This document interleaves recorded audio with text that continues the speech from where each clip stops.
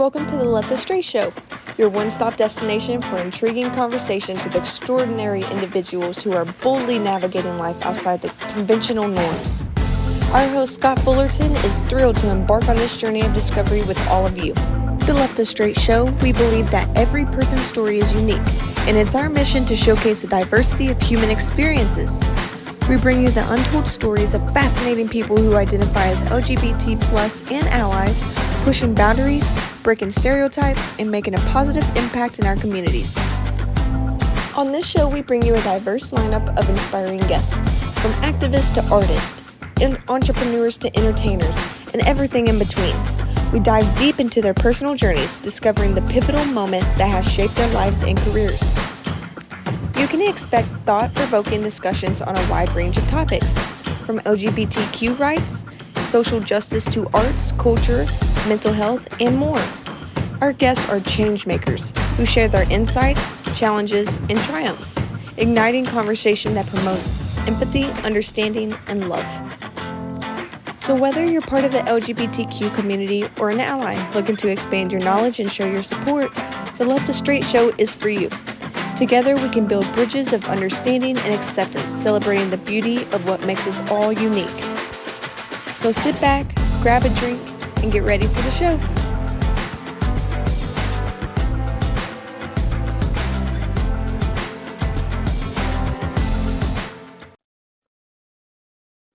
All right, welcome all you bad boys and girls out there to another exciting interview here on the Str8 Show. I'm your host, as always, Scott Fullerton, the beacon of laughter and wisdom and useless information in the world of podcasting. Today we have a returning star in our midst.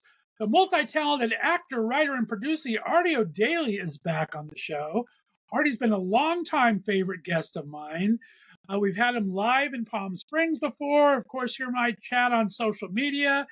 And it is spooky season. I think we've shared one or two horror stories of our upgrowing in West Covina and San Dimas, I think. You may know him as the creative force behind the hit web series Bad Boy, which is currently in the midst of filming and editing its newest second season. Artie's been in countless appearances in film and television, as well as creating his own projects, like the hugely popular Bad Boy. He's an amazing and fun storyteller, which comes through in his many acting and writing projects, as well as a fun social media as well, where he kind of pops on from time to time and shares his life with all of his fans out there. So it's always great to talk to Artie again. And sorry it's been so long to have you back on the show, but welcome back, everyone. The handsome, the talented Mr. Artie O'Daly. How we doing, sir? Yeah, I'm very happy after I was called handsome and talented first thing. Jesus. You are, my friend. I mean, I've always been such a fan. We've been talking for 5 or 6 years now. And like I said, I enjoyed having you in Palm Springs back in Successful People days. And that's been a hot minute, right? Yeah, that was 2016, 2017. So for sure. Well, I enjoy having you. How's everything beautiful downtown Southern California today? Well, it's hot today. I don't know if you know this. It's October 5th currently, and it is 93 degrees today, I think. Oof. So yeah, we're having a little heat wave sweep through, but I actually don't mind. Like, I wasn't ready for fall to start, and I'm usually all about the fall, but I was like, I kind of want summer to start. And so today it feels like it. So I'm okay with it. I would like that. I mean, Northeast Ohio here is where I've been banished for the last 20 years. I like to tease, but I love the start of fall, which is nice, but then I forget about how cold it gets. So it's been 80 and 82 the last 2 days. This weekend it's going to be 54 and 52 for a high. So good Lord. Not real excited about that. No, I don't. I mean, I don't typically mind the cold. I love that our first conversation is about the weather. I don't typically mind the cold, but I will say, not to be a stupid Californian who complains about the weather, but there is something different about the cold in California as opposed to the cold like on the East Coast. For whatever reason, it feels colder. Not to complain, we don't have snow or things like that, but it gets frigid, and I don't like it. That is the weather report from Scott and Artie in this episode of the Str8 Show. Thanks for tuning in. I just get jealous. That's all it is. I get jealous of my California weather that I'm not in. I know. Well, you got to come back to Palm Springs. We're waiting for you. I tell you, we're going to do it. I'm trying now. I don't know if you know or not, but October 20th, they're giving Leslie Jordan a posthumous star on the Palm Springs Walk of Fame. Oh, wow. So Del Shores, his foundation, his writing foundation, is putting it on. Cheyenne Jackson's going to be there. So I've been invited to that by Del, and they're doing a nice little after party there at 88 Restaurant, which I love. But I just don't know if I can afford to get my happy butt down there or not. So if I'm down there the next couple of weeks, we will definitely have coffee or something, and maybe you can be my plus one. It'll be fun. I mean, totally. It's just a couple-hour drive away for me, so that'd be amazing. I hope you can make it. I love Leslie. I mean, I only got to speak to him one really brief time, but he's been in all of my friends' orbits forever, and so definitely still missed by all. So I'm excited he's getting that star. That'll be nice. Yeah, deserved. It's a shame he can't be here to witness it, but the love will come through. Yeah. Right.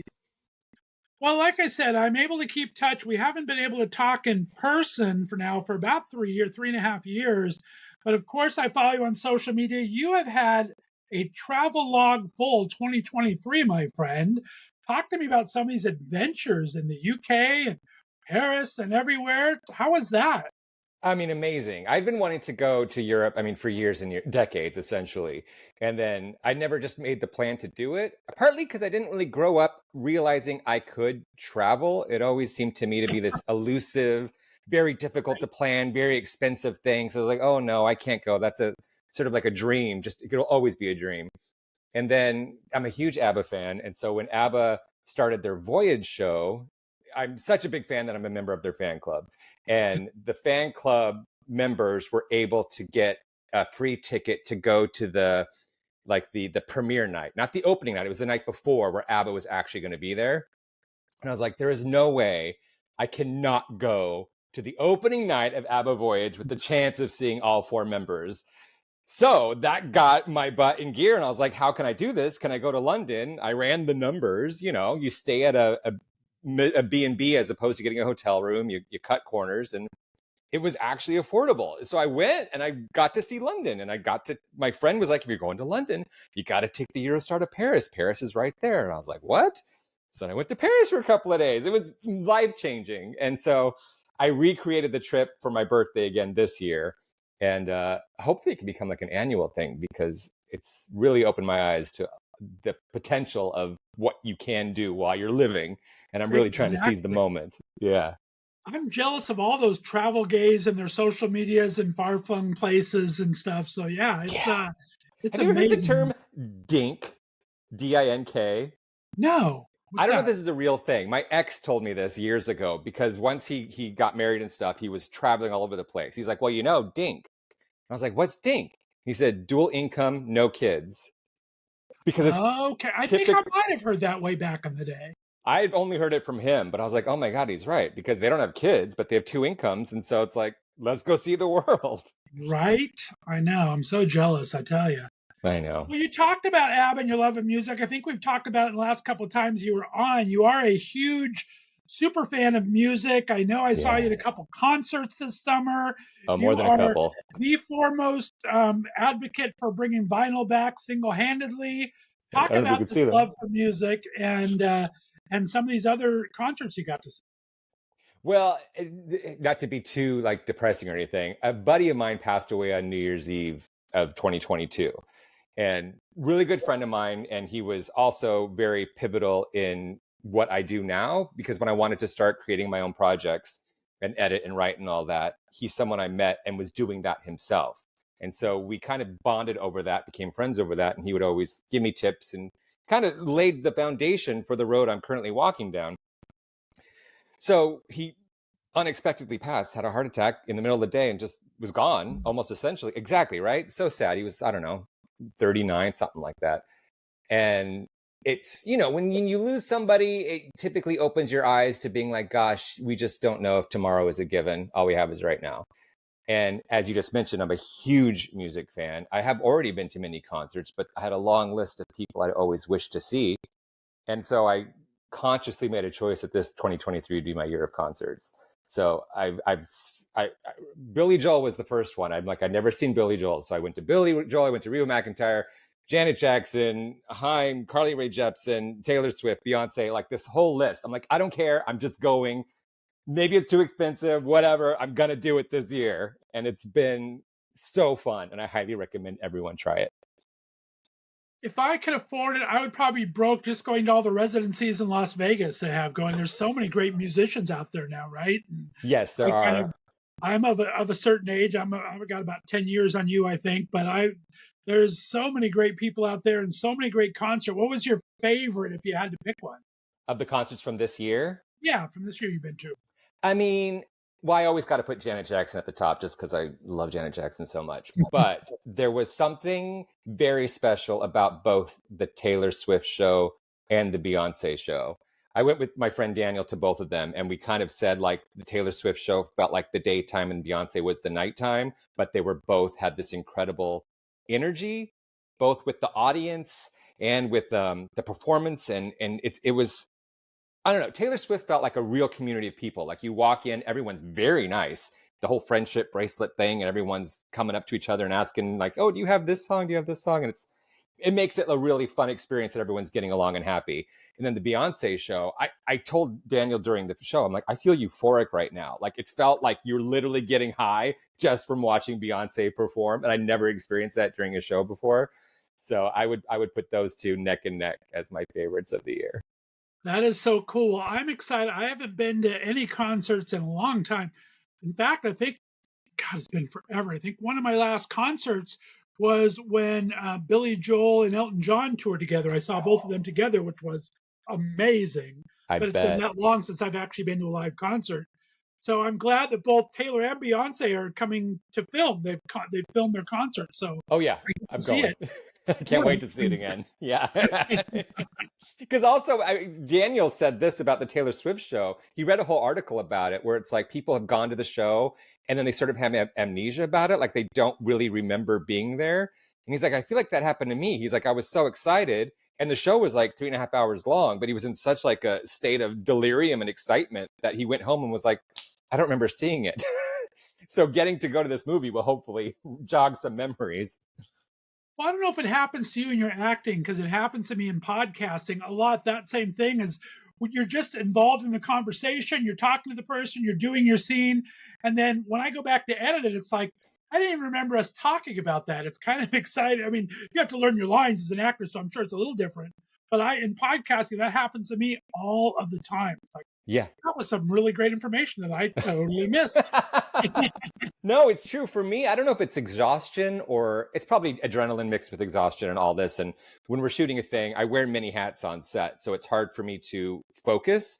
And typically when we get to like the 5-6 hour mark, I'm starting to forget, like we'll be shooting a scene and then suddenly I'll be like, did we film you already? Like, did we get your coverage? Like, I don't know if we even did it. And they'll be like, yeah, we literally just shot that. I'm like, thank God you remember because I don't. And there have been times where I go home and I'm like, oh my God, we forgot this thing because we just we didn't know.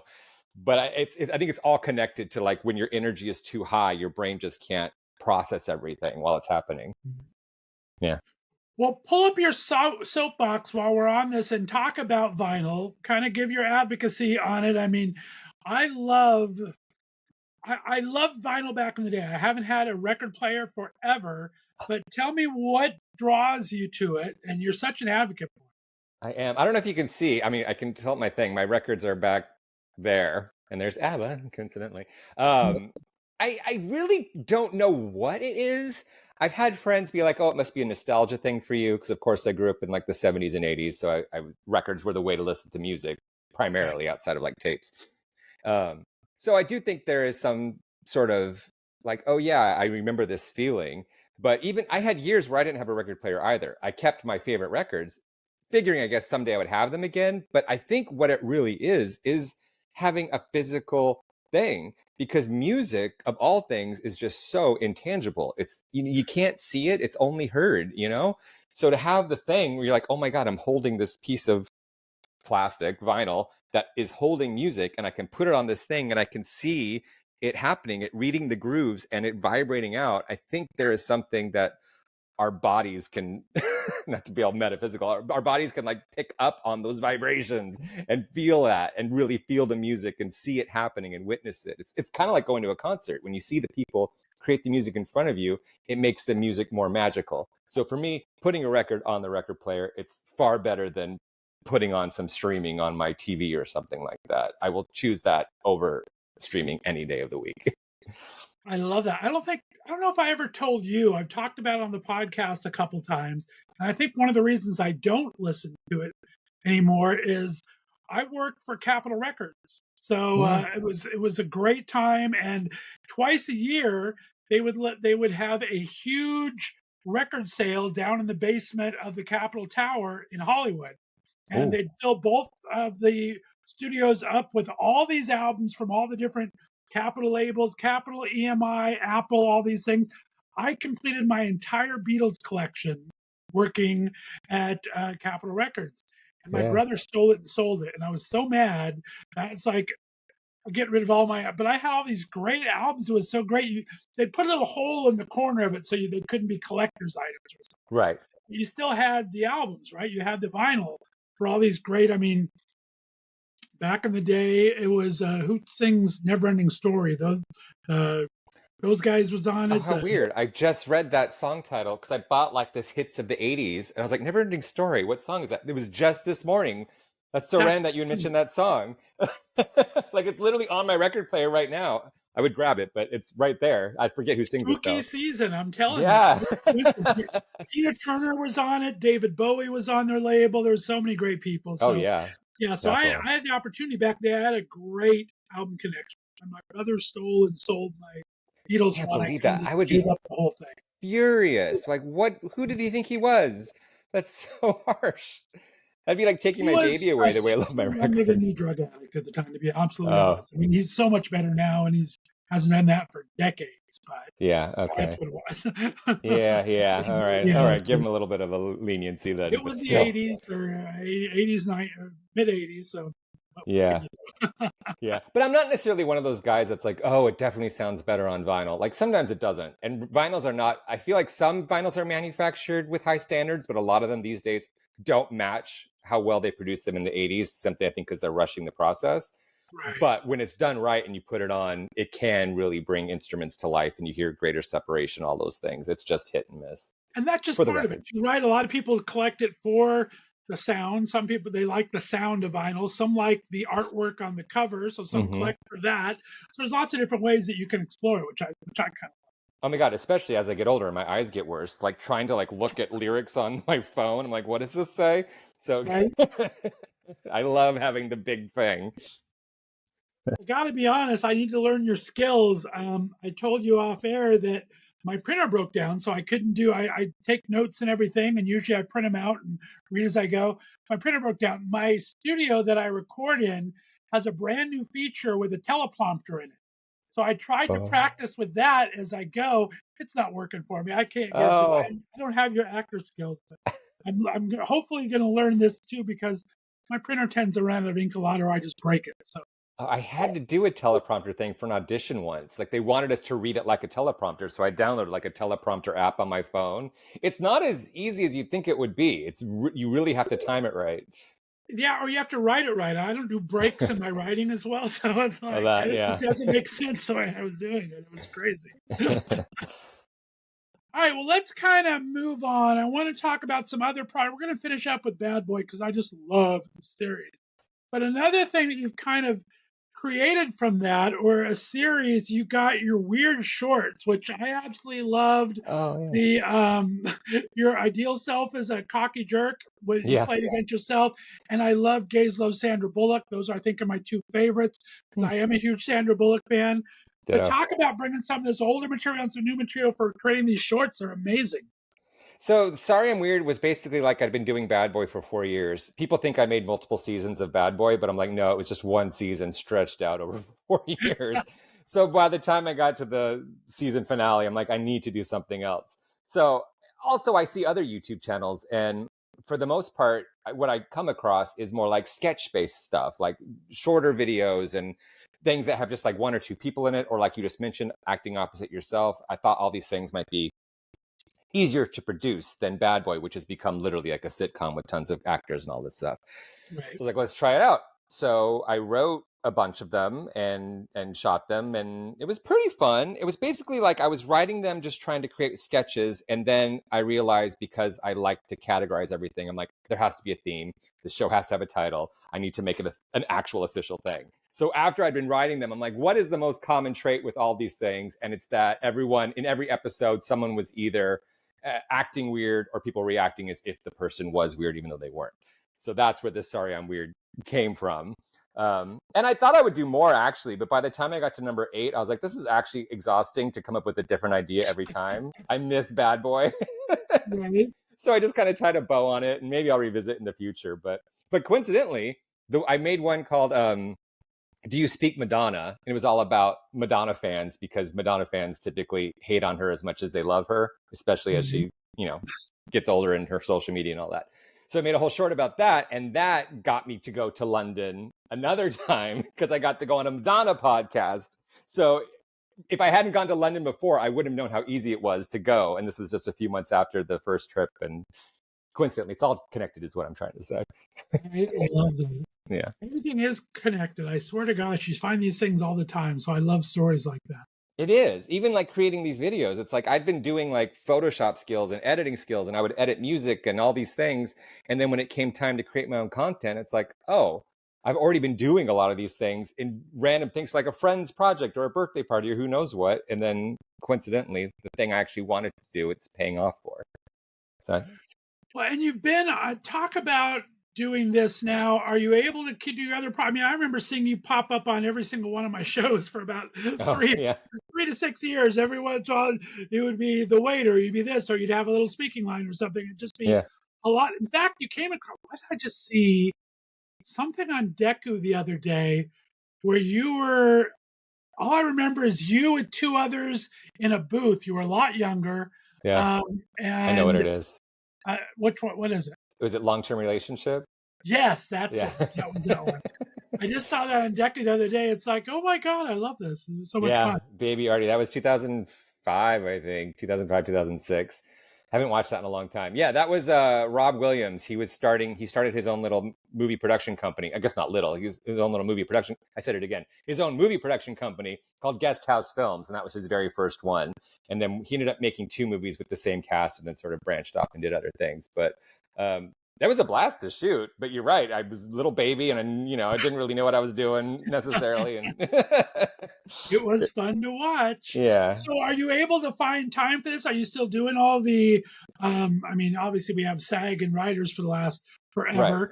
But are you still interested in doing that? Because this has got to take up a lot of time, which we'll go into in a bit. But it does. I would say a few things about that. One is, yes, like acting is still my number one thing. The only reason I started writing my own stuff, as much as I enjoyed, is because I wanted to give myself even more opportunities to act. Like that's where my heart lies.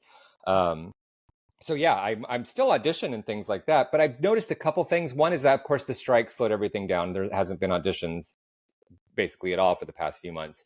But even prior to that, during COVID, the world changed and auditions went from being in person to being you film them at home in your apartment and send them in. And that I've noticed a big detriment in terms of how much I book things for various reasons. Like I've heard that instead of seeing 20 people, now they'll ask for like 100 tapes and they might not even watch them all. You don't get redirected because you're not in the room. Very often I don't even have a reader, so I'm having to like do it with a pre-recorded like audio of my friend reading lines. It's just inorganic that way. I booked some things, but it's not like it was. And also I think because I create my own stuff, my energy has been going into that. So I'm not as focused on, really trying to promote my acting career as I would and could and should. So, but to answer your question, yes, I'm still fully on board with that. And the dream is to be on a sitcom and yada, yada. Yeah. You've got a sitcom. We're going to talk about that in a second. But let's go into Bad Boy, back when I first had you on in Palm Springs is when it just started picking up. You were doing the month, making money for it as you did it and then making it afterwards. A relatively small crew and still relatively small crew. Yeah. But I've just been so excited to see it grow. Now all of a sudden, the remastered is like 5 hours worth of content. Beautiful looking. Thanks. And I think the cliffhanger ending, which we'll talk about in a minute, was like 20-minute episodes each, 21 minutes. That's a full half-hour sitcom right there. So talk Yeah. about the growth and the transition as they've been going along here. Oh, sure. I'd love to. Yeah. So the remastered thing you're talking about of Bad Boy is once we'd finished the first season, the first 27 episodes, I thought it would be great to have a one long video upload that would be easy for people to share. So if someone came across the show, it's not like they have to send a playlist or like, here's one episode, but look for the rest. I'm like, here's the show. You can just send it. And it has helped a lot of people find the audience, or a lot of people find the show. And also because you talked about having a small crew, like we don't have a crew. We have Jamie Hobart, who's the DP camera guy. I'll hire a sound person every time, and we might have some PAs on set more often now that I've done like a fundraiser. But all the post-production is me. So I don't really know how to color correct. So if you watch all of the season 1 episodes individually, the color is going to vary from episode to episode because I don't always know what I'm doing. And it bothers me to watch the early ones because I'm like, oh my God, that looks overblown, or that one looks desaturated, yada, yada. So the season 1 full thing, I tried to make them look as uniform as possible.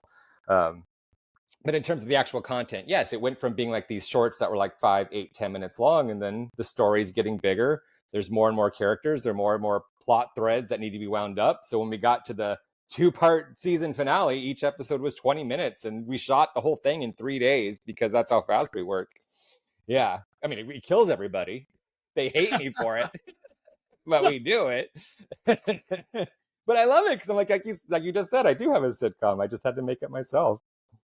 It's great. I mean, I've loved it. And like I said, being there from the beginning, it was very much self-contained episodes in the beginning.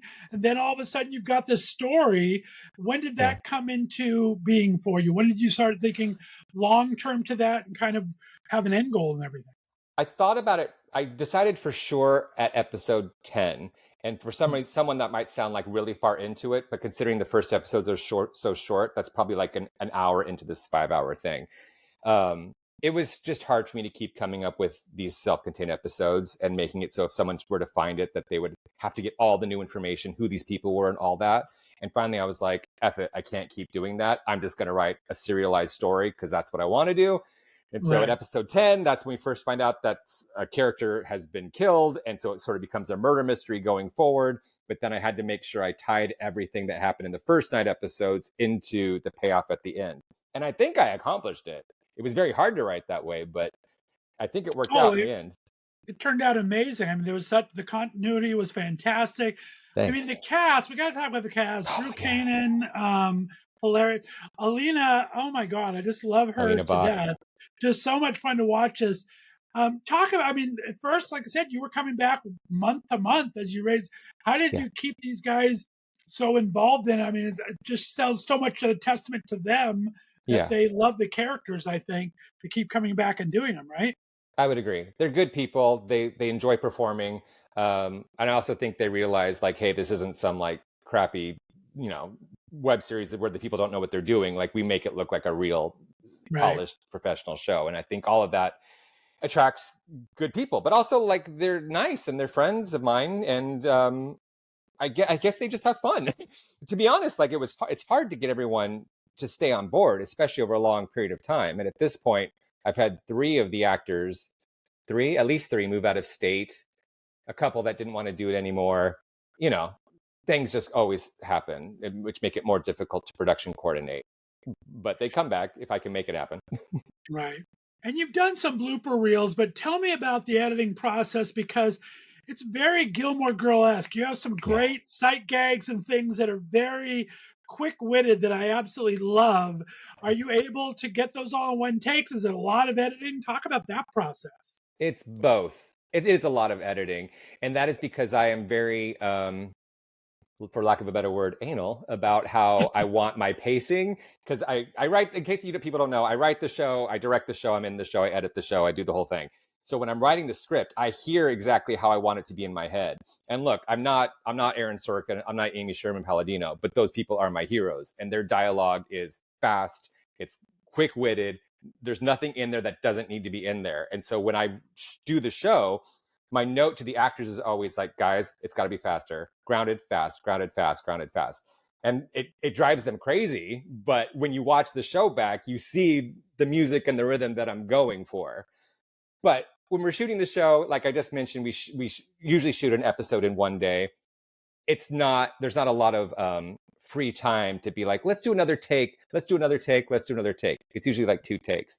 And if I at least heard the line at one point and maybe I got the next line on another take, I will remember like, okay, well, I can edit that. I can cut to a reaction shot to make sure the pacing is right. I can take the air out of that line. So it's they're great actors. Don't get me wrong. They are very funny. They do what I ask for, but to get it exactly as I want comes in the edit. Right.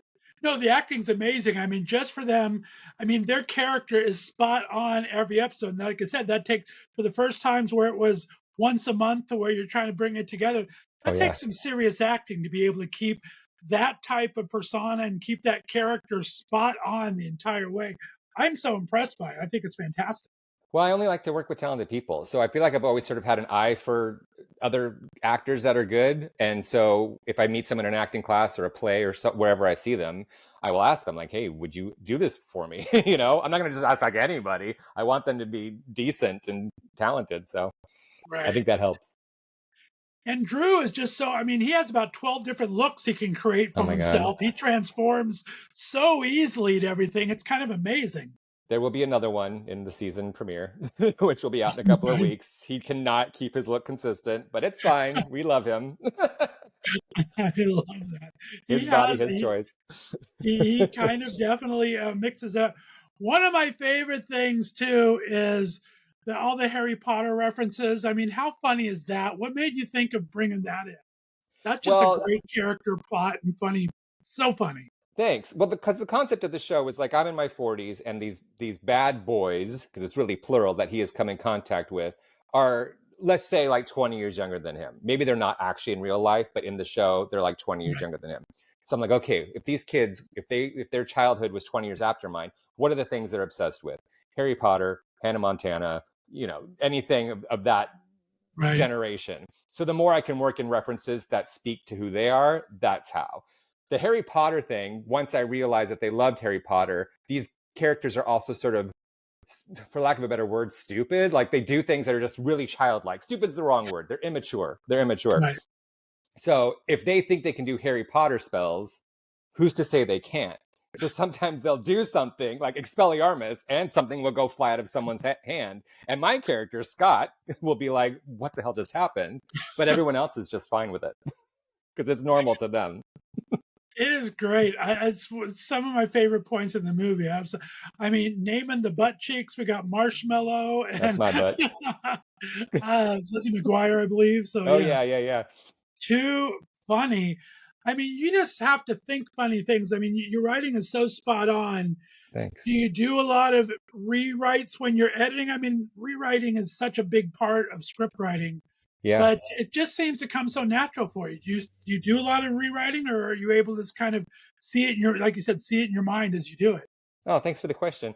Sometimes the script will just come out. Obviously I have to think about it beforehand, but if the conflict is really strong and I know exactly what each character's intention is, typically the script can come out relatively easily. I always rewrite, always. But for example, this first episode, I was really trying to figure out how I'm going to set this all up. And I'm like, I've got so many characters now. Why is each character still there? What does each character want? Why are they essential? That's a lot of threads to make sure are all moving forward. A lot of trains that you're putting on different tracks. And I'd written the whole episode.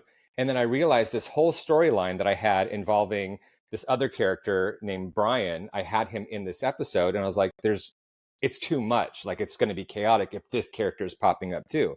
So then I had to go back, take out that whole storyline, like operate it, remove it. I'll save it for another episode, and then just stitch this episode up and fill in the gaps with something different. So, but it comes internally. Like I've said this to friends before. It's like I'll be writing and like I can read it and be like, okay. And then there will literally be a sensation inside of me. I mean, I guess not literally, but I can feel something click, almost like a puzzle. And I'm like, that's it. Like everything works now. It's done. Nice. I don't know what it is, but that's how I know when I've got it. Oh, that's a great way to work too. I love that. Nice. It's hard though. I hate it. I don't recommend writing to anybody. It's the hardest thing ever. And it's just amazing how gorgeous it looks. Like I said, with a small crew, your DP who does it all themselves, and you have, like, I think I remember seeing a boom person, and Yeah. that's it. I mean, it just, the look and the sound is so good.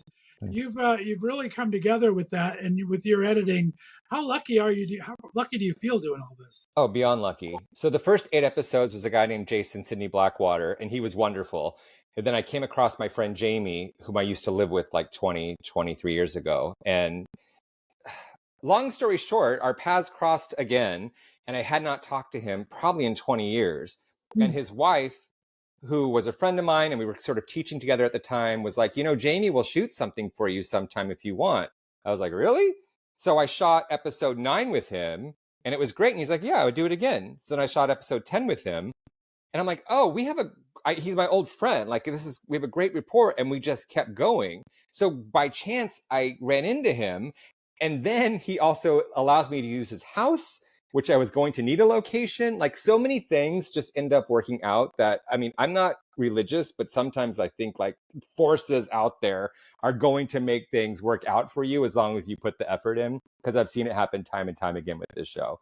So Jamie is definitely, Jason was wonderful as well, but Jamie has been an absolute gift in terms of our working relationship and his skill, because he is very good at what he does and making something look as if we had a big budget crew when it's literally just him and a couple of lights. I love that. I'm the same way. I'm not religious at all, but I see woo-woo things happening all the time that just kind of blow my mind.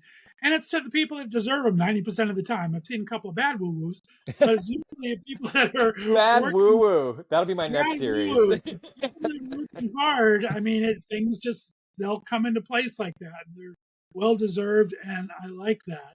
Yeah. And we talked about that you were doing this kind of episode to episode in the beginning. You'd fundraise for it, you'd create it.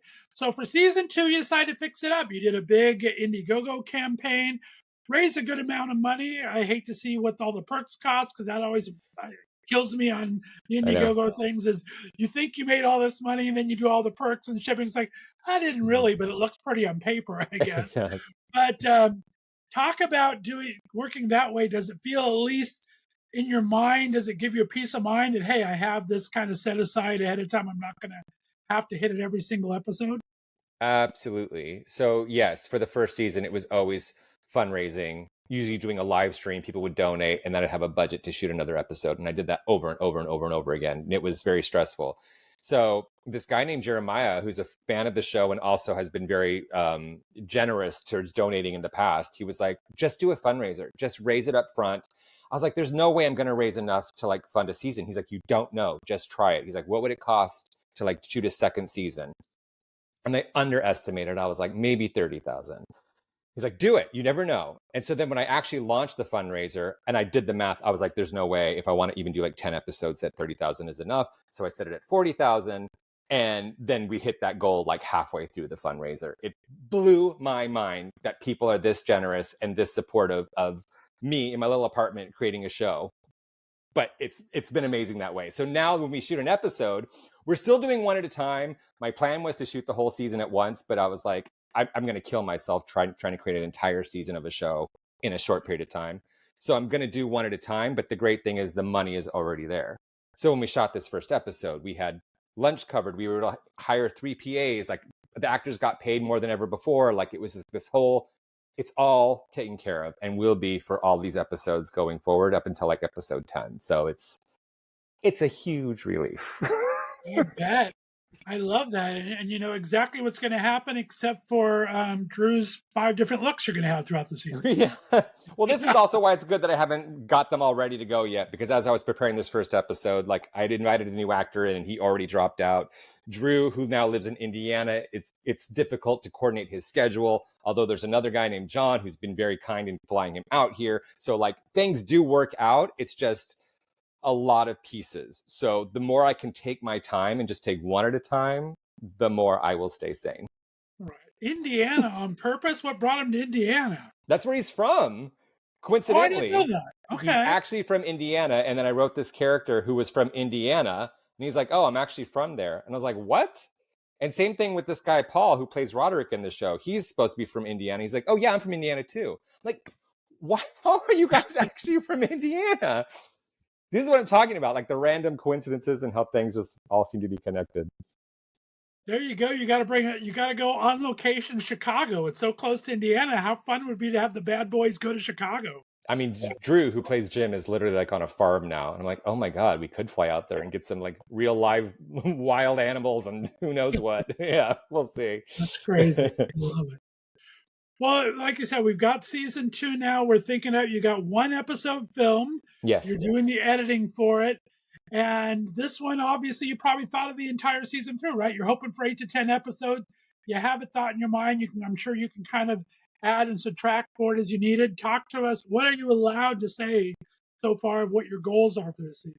I do want 8 to 10 episodes, but knowing me, because I overwrite, it'll probably be more like 12, but we'll see what happens. I want it to be about, well, I don't know how many people have seen the first season, but this first season basically wraps it up, but Scott is still surrounded by these bad boys and doesn't necessarily want them in his life. So it's going to be about why he still has to entertain the notion that these people are there. And there was a murder mystery in the first season. There will be another murder mystery in the second season. So thankfully, I already know who gets it and who did it. So I don't have to figure it out as I'm writing. Nice. But it's fun to have those sort of high stakes going through the season. So it's sort of like the undercurrent on top of all this zany, comedy. Well, that's a good transition because I want to play a little clip and we talk about the murder mystery. And I have a clip I want to play with 2 of your caterers you hire for a date with your ex. Absolutely one of the funniest segments of the season, I thought. Thank you. So we'll play that, and then we'll come back and talk about who's going to be back returning for season 2. So love it. Let's go ahead and play a little Bad Boys season 1. My very special guest today, Mr. Artie O'Daly, calling in all the way from beautiful downtown Southern California. You're listening to the Left of Str8 show right here in the Left of Str8 radio network. We'll be back on the other side. Can I offer you an hors d'oeuvre? Oh, is there garlic in that? No. Is that a question? Is it? Is it? Is it? Is it? Is it? What? Just eat one. I'll pass.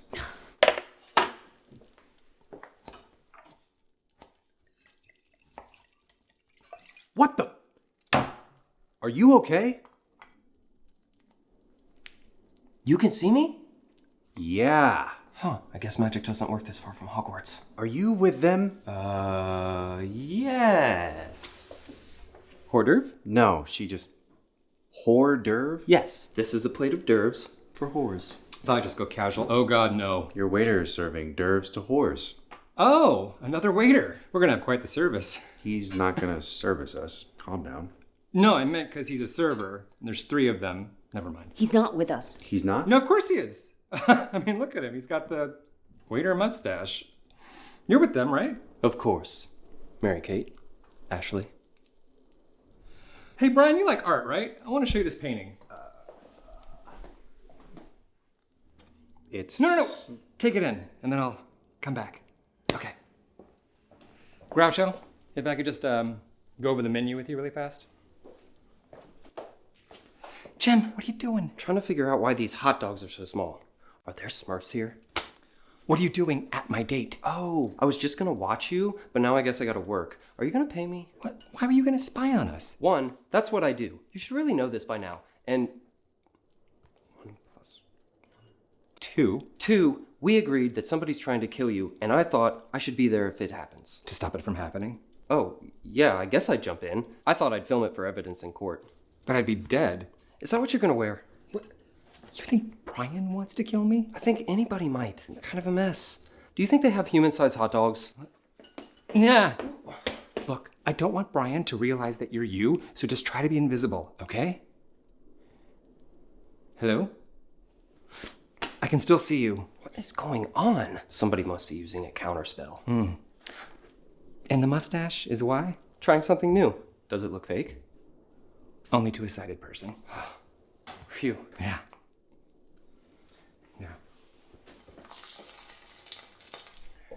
Third time's the charm. Although now I'm back to being hot. I think it's about suburban life and the gender roles we're forced to play. How symbols reinforce ideas of what's acceptable. Is that what the artist intended? Oh, I don't know. I got it at Target. Here, that's so you can drink fastest so we can't see faces clearly anymore. Getting me drunk will get me to have sex. Great. Bottoms up. I don't mean me.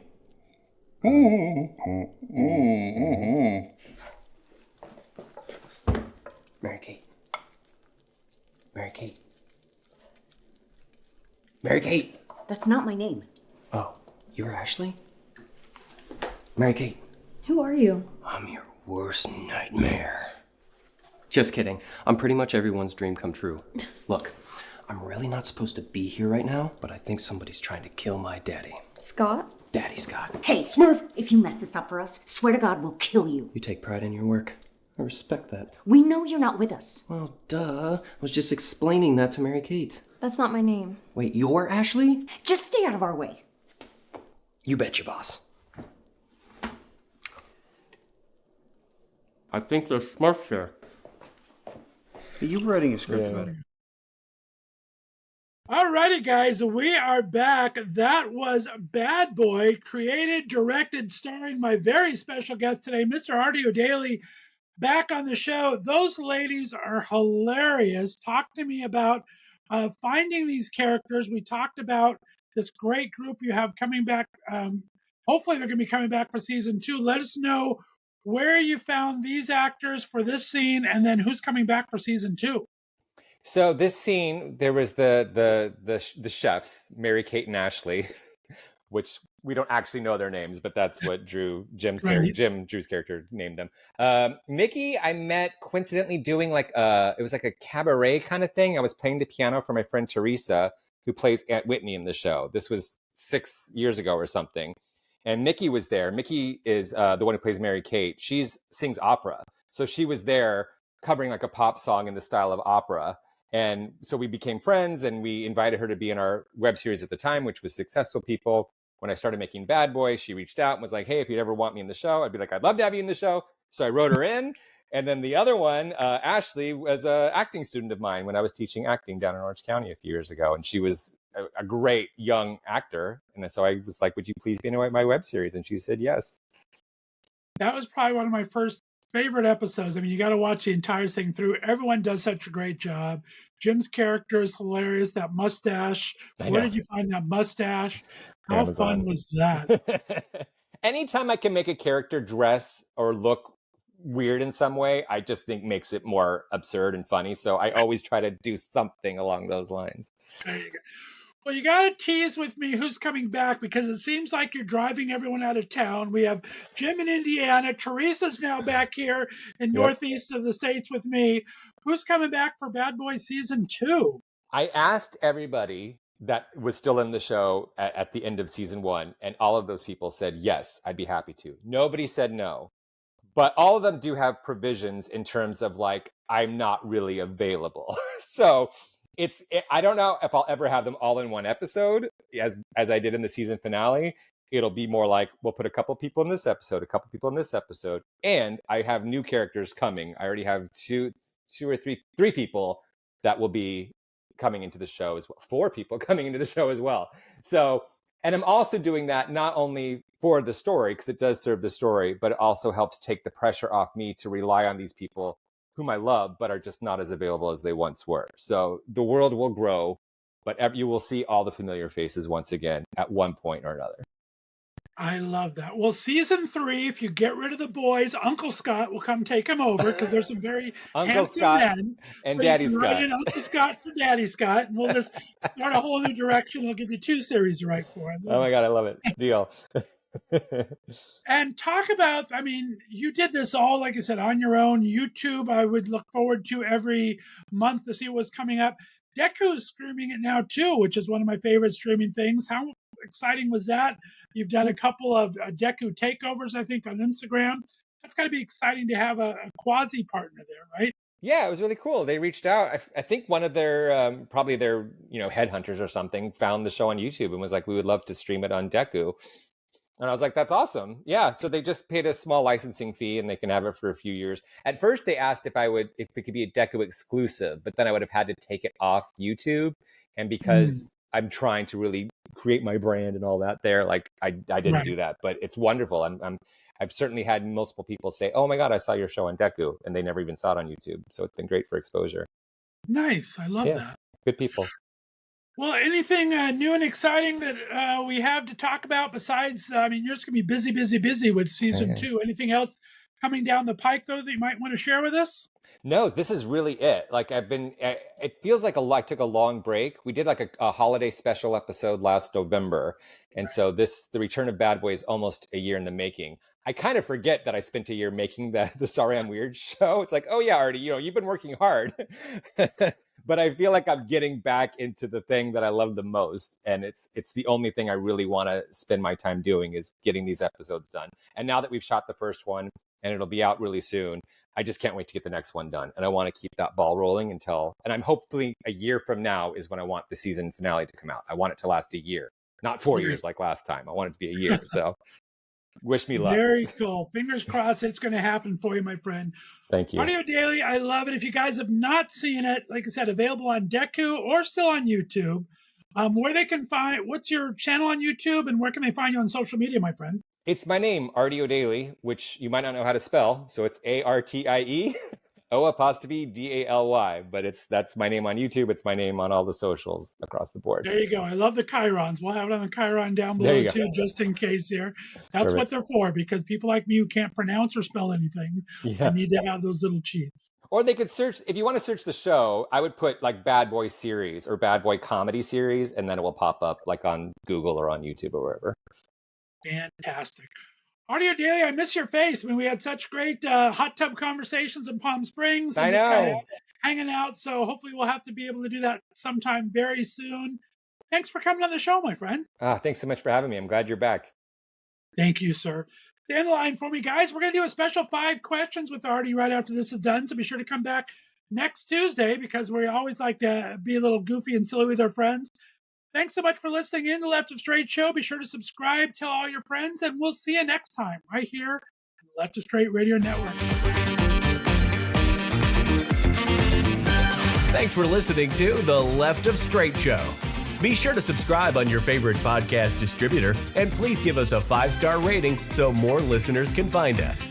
You can follow us on social media, and be sure to check out our website, www.leftofstraightradio.com, for contests and other news and information. See you next week.